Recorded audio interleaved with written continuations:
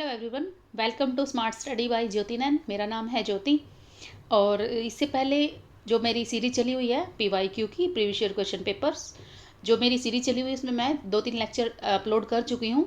वहाँ पे हमने 45 तक क्वेश्चन कर लिए हैं। आज हम करेंगे 46 से। ठीक है, इसकी इम्पोर्टेंस मैं बता चुकी हूँ, PYQ की इम्पोर्टेंस कितनी है। तो करते हैं आज का video start. 46th question is name the drama which fall within the category of theatre of absurd. एक minute, let me zoom it.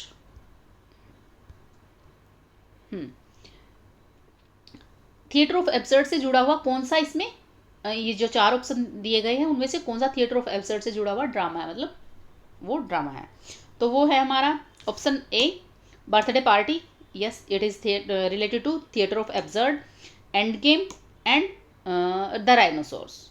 ठीक है, ये वर्क है जो थिएटर ऑफ एब्सर्ड से रिलेटेड है। थिएटर ऑफ एब्सर्ड होता क्या है, मतलब यहाँ पे थोड़ा नॉनसेंस बातें होती हैं, कोई लॉजिक नहीं निकलता किसी बात का। लाइक आपने सैमुअल बैकेट का एक वर्क पढ़ा, वेटिंग फॉर गोडोट, वो ये कुछ मतलब इनका कोई मीनिंग नहीं होता। ये इस टाइप की टर्म है, ये शायद मैंने पहले करवाई है आपको। ठीक है, और अब देख लेते हैं ये किसके किसके वर्क हैं। जो बर्थडे पार्टी है रिटन बाय सैमुअल बैकेट, एक minute sorry, birthday party written by Harold Pinter, endgame written by Samuel Beckett, rhinoceros by Eugene इनेस्को।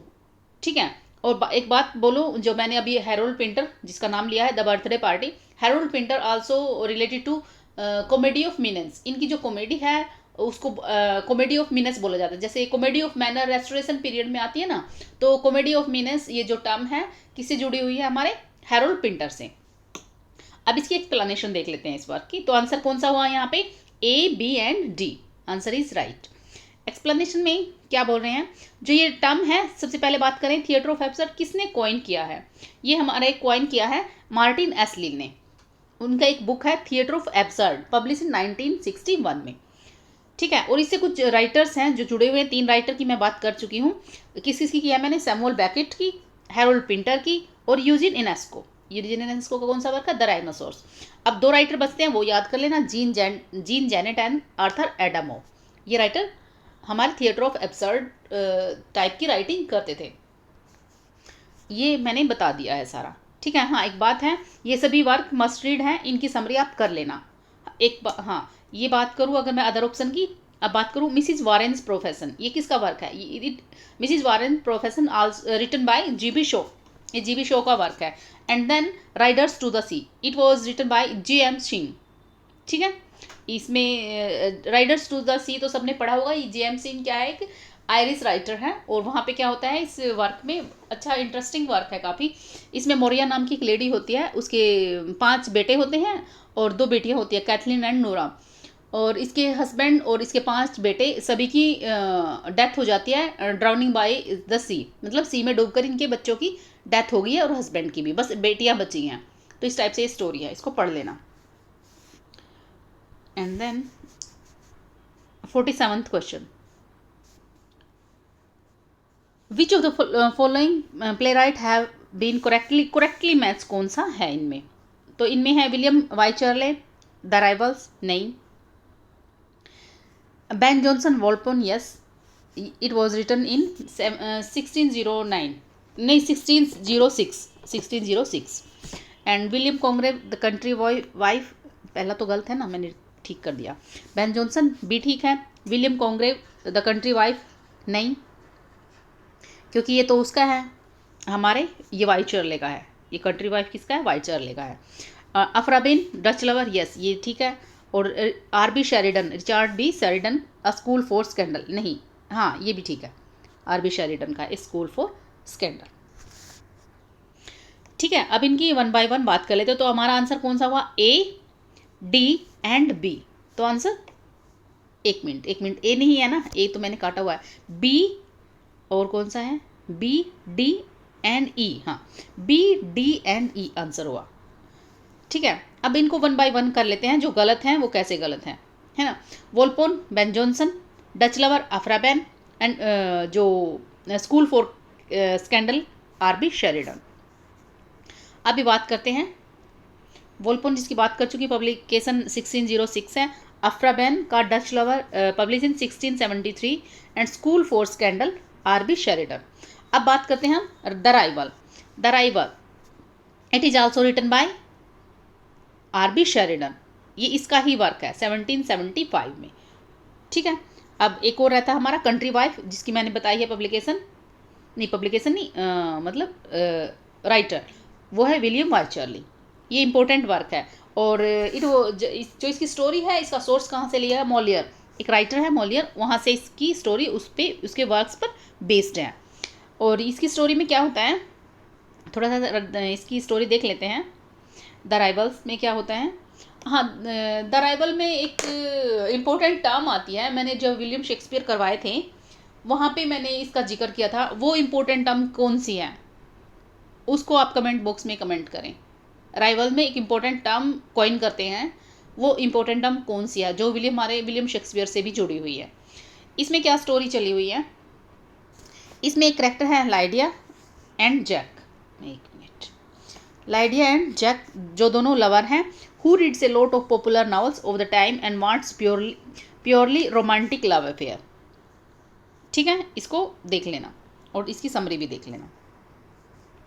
इनकी पब्लिकेशन याद रखना, वोल्पोल 1606, the rival 1775, school for scandal, हाँ स्कूल फॉर स्कैंडल है 1771, यहाँ पे दी नहीं हुई है इसकी पब्लिकेशन 1777, सॉरी मैंने 1 बोल दिया, 1777 published the school for scandal. इसका थोड़ा सा ऐसे ट्रिक लगा सकते हैं आप। जो कंट्री वाइफ है और द राइवल है, इनकी 75 है दोनों की। कंट्री वाइफ पहले लिखा है 100 साल पहले हमारे विलियम वाइचरले, उसके बाद आर.बी. शेरिडन आते हैं अपना वर्क लेके। ठीक है। And then 48th question is choose the play written by Lord Byron. Lord Byron ने कौन से वर्क्स लिखे हैं? ठीक है, तो हमारा इसमें है सरदाना फैलस एंड केन और ट्राय फोस्कारी हिस्टोरिकल ट्रेजेडी।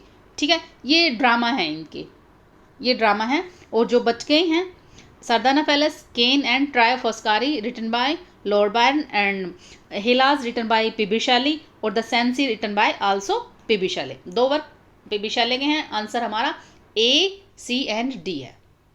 ठीक है, ये दोनों जो B और E हैं हमारे पी.बी. शैली के वर्क हैं। अदर वर्क्स जो हमारे ये थे, जो लॉर्ड बायरन हैं, इनके और भी ड्रामा है जो काफ़ी इंपॉर्टेंट है, पूछे जाते हैं। सबसे इंपॉर्टेंट है मैनफ्रेड, इसकी थोड़ा स्टोरी पढ़ लेना, मैनफ्रेड की स्टोरी पढ़ लेना, ये पूछा जाता है।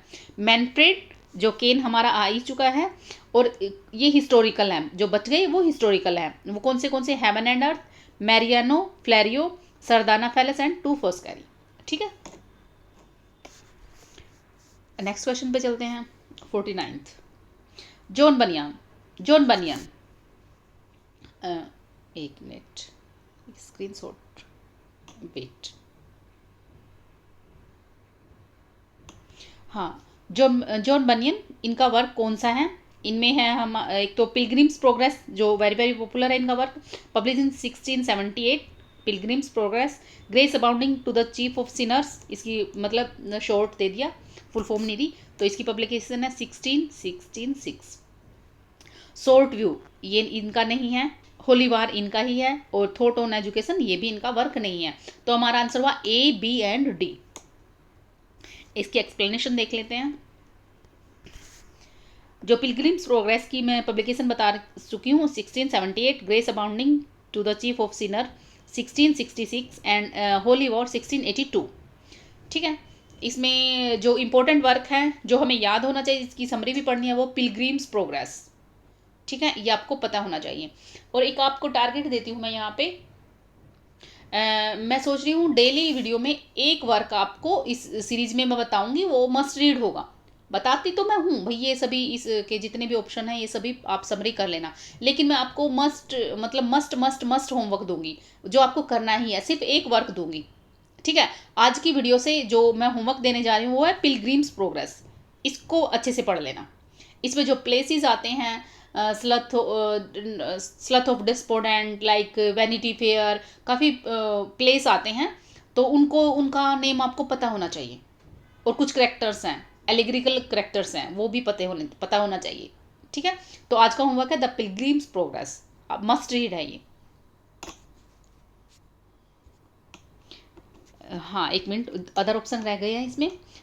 वो था थॉट ऑन एजुकेशन, मतलब उसका टाइटल ऐसे भी बोल सकते हैं हम, some thought concerning education, publish in 1693, written by John Locke. ठीक है, और फिर जेरेमी कोलियर का था, वेरी वेरी इंपॉर्टेंट वर्क है, short view of immortality and profaneness of English stage. एक मिनट,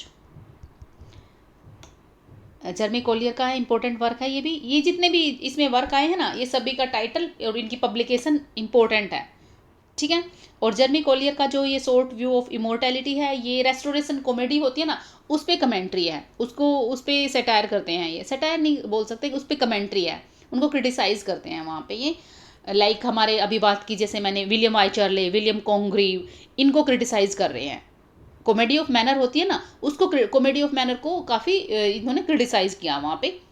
ठीक है, 6-7 राइटर हैं उस वहाँ पे, उनको उनको क्रिटिसाइज़ किया। और इसकी पब्लिकेशन याद रखना 1698, very very important. Thought on education भूल सकते हो लेकिन इसको नहीं भूल सकते, है ना। तो नेक्स्ट क्वेश्चन कर लेते हैं। Which of the following works have been authored by Thomas De Quincey. Thomas De Quincey के कौन से वर्क हैं? कन्फेशन है, confession of an English, confession of an English opium eater, ये पब्लिकेशन है 1821। द फ्रेंच रिवॉल्यूशन नहीं, इनका work नहीं है ये। हुडीब्रास भी नहीं है इनका वर्क। ऑटोबायोग्राफी है एंड सस्पीरिया डी प्रोफेंडिस, ये इनके वर्क है। तो हमारा ऑप्शन क्या हुआ? ए, डी एंड ई। तो ऑप्शन कौन सा होगा? ए, डी एंड ई, थर्ड। अब बात करते हैं हम, थोड़ी एक्सप्लेनेशन में जाते हैं। Confession of an opium eater written by Thomas De Quincey and publication मैंने बता दी है। और जो दूसरा वर्क है सस्पीरिया डी प्रोफेंडी, जो एक लेटिन फ्रेज है जिसका इंग्लिश मतलब है sigh from the death, sigh from the death. और ये वर्क है क्या है? ये it is a collection of essays. ठीक है, ऑटोबायोग्राफिकल अकाउंट है ये नहीं है, सॉरी एक मिनट, मैं अपने वर्ड्स वापस लेती हूँ। ऑटोबायोग्राफिकल तो ये हमारा कन्फेशन है, confession of an opium eater, ये ऑटोबायोग्राफिकल है। ये तो कलेक्शन ऑफ एसेज हैं, suspiria de profundis. And then autobiographical sketch, autobiographical sketches, sometime refer to as autobiography of Thomas De Quincey, मतलब इसका टाइटल ऐसे भी होता है। इसकी पब्लिकेशन क्या है? 1853। ठीक है, अगर मैं बात करूं, हाँ थोड़ा थॉमस डी क्विंसी के बारे में थोड़ा सा और बता देती हूँ मैं। इनका एक वर्क है English mail coach, English mail coach. इसके 3 पार्ट हैं, उनके 3 पार्ट हैं जो उनको आप नोट कर लो अपनी कॉपी में, मैं बोलती हूँ। और उनका क्या, एक बार पेपर में आए थे, क्यों मैं डिस्कस कर रही हूँ क्योंकि वो पेपर में आए हुए हैं अभी रिसेंटली। उनका क्या था, वो 3 पार्ट हैं, इनको आप सीक्वेंस में लगाओ। नहीं सीक्वेंस में नहीं था, बस ये 5 ऑप्शन दे देते हैं भाई, ये कौन से उनसे रिलेटेड है, शायद इस टाइप से 2, चाहे सीक्वेंस में था या फिर चूज करने थे भाई। द इंग्लिश मेल कोच से रिलेटेड कौन से पार्ट हैं, दे देते हैं ना, टाइटल दे दिए भाई ये इसका पार्ट है, तो आप टाइटल लिखो वो अभी। The glory of motion, first glory of motion, sorry, first is glory of motion, second vision of sudden death and third dream fuse. ठीक है, ड्रीम फ्यूज। अगर आपको यहाँ पे मेरी प्रोनाउंसिएशन में थोड़ा ऐसा लगता है समझ नहीं आया, तो आप इसको गूगल भी कर सकते हैं। मेरा काम था आपको बताना। इंग्लिश मेल कोच के 3 पार्ट हैं, इनको सीक्वेंस में लगाना आ सकता है, इनके टाइटल याद रखने। ठीक है, आप इसको नोट करें और इसको याद कर लें, वेरी वेरी इंपॉर्टेंट फैक्ट है ये। इंग्लिश मेल कोच, इसकी पब्लिकेशन है 1849। ठीक है, चलिए नेक्स्ट करते हैं। हाँ एक और रह गया यहाँ पे, the French revolution.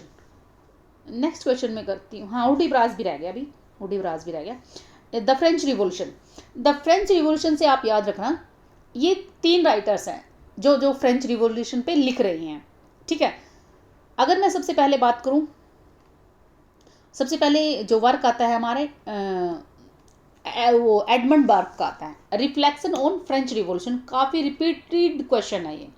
Reflection on French revolution written by Edmund Burke, publication 1790, 1790। और दूसरा एक पोइम है द फ्रेंच रिवॉल्यूशन। ठीक है, the French revolution written by William Blake, publication है 1791। ये एक पोइम है, विलियम ब्लेक की फ्रेंच रिवॉल्यूशन क्या एक पोइम है। और एक और आता है same title, the French revolution, Thomas Carlyle, Thomas Carlyle. ये शायद, अब एक मिनट, ये नेक्स्ट क्वेश्चन में भी है, मतलब ये 3 वर्क हैं और डिफरेंट डिफरेंट राइटर्स के हैं। जो थॉमस कार्लिली हैं इनका वर्क है ये, जो नेक्स्ट ऑप्शन में भी है। इसकी पब्लिकेशन 1837। ठीक है, अब कैसे याद रखना है, 1790, 1791, 1837। 1719 में किसका है, एडमंड बर्ग का reflection on French revolution, the French revolution poem written by William Blake, and 1837 the French Revolution, a work written by Thomas Carlyle, and publication is 1837। ठीक है, अभी 51 क्वेश्चन कर लेते हैं। ये जितने भी फैक्ट बताए हैं मैं 50 क्वेश्चन से रिलेटेड सारे आपको पता होना चाहिए। इन्होंने क्या पूछा, which of the following works have been written by Thomas Carlyle. इनमें है of heroes and hero worship, ये इनका है। फ्रेंच रिवॉल्यूशन में डिस्कस कर चुकी हूँ। ह्यूमन बॉन्डेज नहीं है, the hour and the mall नहीं है, हुडीब्रास है, हुडीब्रास लास्ट क्वेश्चन में भी था, अब यहाँ पर डिस्कस हो जाएगा इसका। हुडीब्रास इनका नहीं है, इनका नहीं है ना, स्लिप ऑफ टंग हो जाता है कई बार। एक मिनट, हाँ, तो ऑप्शन कौन सा हुआ हमारा, of hero, A and B, ये इनके वर्क हुए। Human bondage written by Somerset मॉगम and the hour and glass Harriet Martineau, Hudibras Samuel Butler. इसका थोड़ा सा डीपली देखते हैं हम, पहले तो इसकी देख लेते हैं एक्सप्लेनेशन में, जो मैं सारा बता चुकी हूँ। The hour and the man written by Harriet Martineau and human bondage written by William Somerset मॉगम। ठीक है, और जो ये अब बात करती हूँ मैं हुडीब्रास की। ठीक है, हुडीब्रास क्या है, एक सैटायरिकल पोइम है। There are 3 parts in it, ये 3 पार्ट्स में पब्लिश हुई है। इसकी पब्लिकेशन क्या क्या है, हुडीब्रास के बारे में बता रही हूँ अभी। जो 2 वर्क थे, ऑफ ह्यूमन बॉडीज या फिर द हार एंड मॉल, सिर्फ इनके टाइटल याद रखने ना और इनके राइटर याद कर लें। इंपॉर्टेंट है हुडीब्रास सैमुअल बटलर का वर्क है, पब्लिकेशन याद करना। 1663 में फर्स्ट बुक आती है, फिर 1664 में, एंड देन 1663, 1664 एंड 1678 3 पार्ट में पब्लिश होता है ये हुडीब्रास रिटन बाय सैमुअल बटलर। और ये सैटायरिकल पोइम है, ये भी मस्ट रीड है, लेकिन आज का होमवर्क हो चुका है, इसको फिर कल करते हैं, है ना। तो इसको पढ़ लेना, बहुत अच्छी है। इसकी सेटिंग है 1658 और 60, उसके अराउंड में इसकी सेटिंग है। पब्लिकेशन अलग होती है, सेटिंग अलग होती है। सेटिंग मतलब किस टाइम की स्टोरी बता रहा है ये work. Next question 52,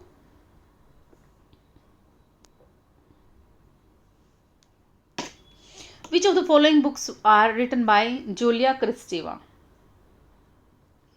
which of the following works are written by Julia Kristeva. तो ये है desire in language and the option, the la revolution du langue poetique. मतलब इसकी मतलब इसका मतलब है, ट्रांसलेशन क्या है, the revolution in poetic language. ठीक है, पहले तो ये सीधा आता था ये work, the revolution in poetic language written by, लेकिन अभी इसकी जो ओरिजिनल टाइटल है ना वो दे दिया। ठीक है, थोड़ा सा टफ बना दिया क्वेश्चन। डिज़ायर इन लैंग्वेज, दोनों ये इसके वर्क हैं, तो हमारा ऑप्शन कौन सा हुआ, ए एंड डी। अगर मैं बात करूं अदर ऑप्शन की, illumination, it was written by Walter Benjamin. और डिज़ायर इन लैंग्वेज की पब्लिकेशन देख लेना 1980 एंड जो रिवोल्यूशन है 1974 में। और ये जो mad women and in the attic, ये गिलबर्ट एंड गुबार, इनका वर्क है ये। इल्यूमिनेशन ये हमारे वाल्टर बेंजामिन का है। इसकी एक्सप्लेनेशन देख लेते हैं। ये तो मैं सब कुछ बता ही चुकी हूँ। नेक्स्ट देखते हैं, ये बता चुकी हूँ, सांद्रा गिलबर्ट एंड सुजैन गोबार। ये कौन सा वर्क था इनका, वो मैड वुमन इन एटिक, है ना। अब बात करें syntax and semantic, written by John P Kimball. ठीक है, कौन सा, syntax and semantics, written by John P Kimball. इतना ही याद कर लेना। हाँ, इसकी सबटाइटल याद रखना, इल्यूमिनेशन का एसेज एंड रिफ्लेक्शन, ये वाल्टर बेंजामिन का वर्क है। एंड को मतलब इसके साथ और कौन राइटर थे, हना आर्डन। नेक्स्ट क्वेश्चन करते हैं 53, to which of the following theorist no historicism is indebted, मतलब कहाँ पे इसका सोर्स है, किससे ज़्यादा इन्फ्लुएंस्ड है जो हमारा न्यू हिस्टोरिसिज्म है। ये हमारा Marxism and reader response theory, Marxism and reader response theory से काफ़ी कुछ मतलब ये इन्फ्लुएंस है इसका। ये इसका ऑप्शन तो हमारा ऑप्शन होगा ए एंड सी। इसमें ज़्यादा डीपली जाने की कोई ज़रूरत नहीं है। फॉर्मलिज्म, ये एग्जिस्टेंशलिज्म या हार्मोनेटिक्स, इनको जब भी हम लिटरेरी क्रिटिसिज्म करवाएंगे वहाँ पे कर लेंगे। फॉर्मलिज्म तो मैं शायद करवा भी चुकी हूँ। हार्मोनेटिक्स में कुछ राइटर्स हैं लाइक वाल्टर बेंजामिन भी वहीं से जुड़े हुए हैं, और एक है गादामर है हमारे, एक फ्रेडरिक स्काइमर हैं राइटर, वो हमारे हार्मोनेटिक्स है। हार्मोनेटिक्स में सिर्फ यही पूछा जाता है भाई इनसे कौन से जुड़े, शायद अब मैंने करवाया भी है, हाँ मैंने करवाया था। ठीक है, यहाँ पे अगर एक्सप्लेनेशन में जाऊँ तो यहाँ पे इंपॉर्टेंट टर्म है जो super structure and economic base. ठीक है, ये टर्म यहाँ से पढ़ने के लायक है और मुझे यहाँ पे कुछ इंपॉर्टेंट लगता भी नहीं। Super structure depends on economic base, और ये मार्क्सिज्म से जुड़ी हुई टर्म्स हैं। इकोनॉमिक बेस मीन्स मतलब जो हमारा इकोनॉमिक बेस होगा उसी पर हमारा जो स्ट्रक्चर है, जो हमारा सुपर स्ट्रक्चर है, इकोनॉमिक बेस पर ही डिपेंड होगा। कैसे, अगर इसको मैं समझाना चाहूँ, अगर कोई बिल्डिंग है उसकी एक नींव होती है, ठीक है, उसकी नींव होती है, जितनी सॉलिड ये नींव होगी वहाँ पे स्ट्रक्चर इतना ही सॉलिड बन पाएगा, है ना, होता है ना। तो वही बात कर रहे हैं, अगर हमारा इकोनॉमिक बेस जितना मजबूत होगा हमारा स्ट्रक्चर उतना ही मजबूत बन पाएगा। तो super structure based on economic base. ठीक है, यहाँ पे और ज़्यादा डीपली जाने की कोई ज़रूरत नहीं है आपको इस एक्सप्लेनेशन में। अभी बात करते हैं 54th question, which of the following statement are true about cyber punk. Cyber punk से रिलेटेड कौन सी इंपॉर्टेंट है। साइबर पंक मतलब ये साइंटिफिक जो साइंस फिक्सन होते हैं ना हमारे, लाइक टाइम मशीन है एक वर्क, टाइम मशीन वो साइंस फिक्सन है, जहाँ पे लाइक रोबोट्स वगैरह की बातें होती हैं, साइंस से रिलेटेड ड्रामा होता है, वहाँ पे रोबोट्स वगैरह होते हैं। ठीक है, और साइबर पंक साइंस फिक्सन से रिलेटेड है, ये उसकी एक्सट्रीम लेवल पे जाके बात करते हैं, साइंस फिक्सन से थोड़ा और ज़्यादा आगे जाके बात करते हैं। ठीक है, मतलब उसकी क्या है, ये फर्दर एक्सटेंशन है साइंस फिक्सन का। तो इसमें ऑप्शन क्या होगा, it is a kind of science fiction, yes it is right. And then it use postmodernist technique and post-humanist themes. Yes, it is right. Event in this novel usually take place within the virtual reality. ये तो नहीं होना चाहिए, नहीं नहीं यही है virtual reality, yes. तो ये है, अदर ऑप्शन देख लेते हैं। D, it is a kind of fiction written using online platform, नहीं ऑनलाइन प्लेटफॉर्म का यूज़ ही नहीं यहाँ पे, तो बात ही नहीं। थॉमस टर्न्स ने पहला साइबर पंक लिखा, नहीं थॉमस टर्न तो कितना मतलब नहीं, वो इनसे जुड़े हुए नहीं हैं। तो ऑप्शन है ए बी एंड सी। अब अगर मैं बात करूँ, सबसे पहला जो साइंस फिक्सन है वो हमारे कौन लेकर आते हैं, मतलब इसके बारे में सबसे पहले कौन बात करते हैं साइंस फिक्सन के बारे में, हमारे ब्रूस बेथिक। ये ब्रूस बेथिक जो इसको सबसे पहले यूज़ करते हैं अमेजिंग स्टोरी नामक टाइटल में।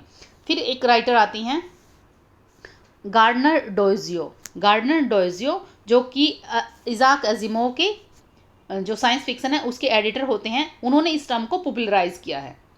ठीक है, इन्होंने मतलब कॉइन किसने किया, ब्रूस बेथिक, पॉपुलराइज बाय गार्डनर डोइजियो। ठीक है, ये जुड़े हुए हैं किससे, साइबर पंक से। अगर मैं बात करूं जो काफ़ी पॉपुलर साइबर पंक हैं वो है Neuromancer and Nova. Neuromancer written by William Gibson and Nova written by Samuel R Delany. ठीक है, ये राइटर याद कर लेना। कुछ अदर राइटर्स हैं जो कि, एक मिनट, इसको थोड़ा सा इंपॉर्टेंट हो जाता है, यहाँ से दोबारा से पढ़ लेते हैं। The origin of cyber punk are rooted in new wave science fiction movement in मतलब 1960 70s में की ये टर्म है जो हमारे साइंस फिक्शन पर बेस्ड है। वे आर न्यू वर्ल्ड्स, ये एक वर्क है।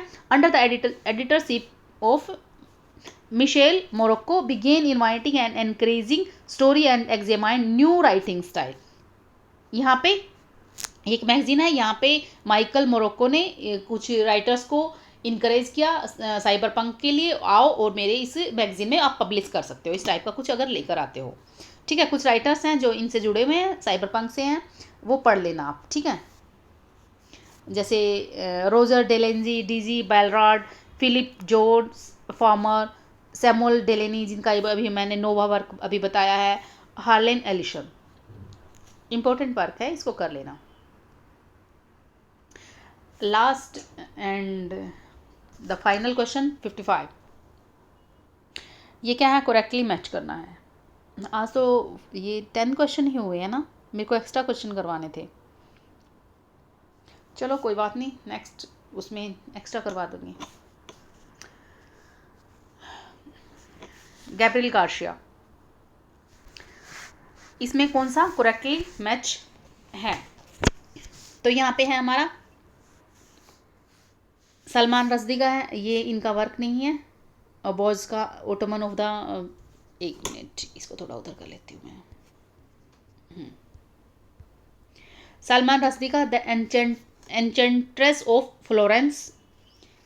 और दूसरा है E.L. डॉक्ट्रोव रैगटाइम, ये भी ठीक है। A.S. बेट पोसेसन, ये राइट है। C&D option is right and दूसरे वो जो गलत हैं। ठीक है, अभी इसकी अगर एक्सप्लेनेशन में चलते हैं, एक्सप्लेनेशन में कुछ खास नहीं है, लेकिन आप देख सकते हो enchantress of Florence is the 9th novel, ये इनका 9th नोवेल है सलमान रश्दी का। It is a story of a woman attempting to command her own destiny in the world. ठीक है, एक वुमेन की स्टोरी है ये। रैगटाइम डॉक्ट्रोव का है, 1975 में पब्लिश है। It is set in New York, New York में सेटिंग है और हिस्टोरिकल फिक्शन है, इसको याद रखना। रैगटाइम डॉक्ट्रोव का वर्क है, हिस्टोरिकल फिक्शन है और न्यूयॉर्क में सेट है। अगर मैं बात करूँ पोसेसन अ रोमांस, इसका सबटाइटल याद रखना, किसका वर्क है? A.S. बेट, ये बुकर प्राइज विनर वर्क है। The novel explore the post modern concern of similar novel, post modern novel पर कंसर्न है।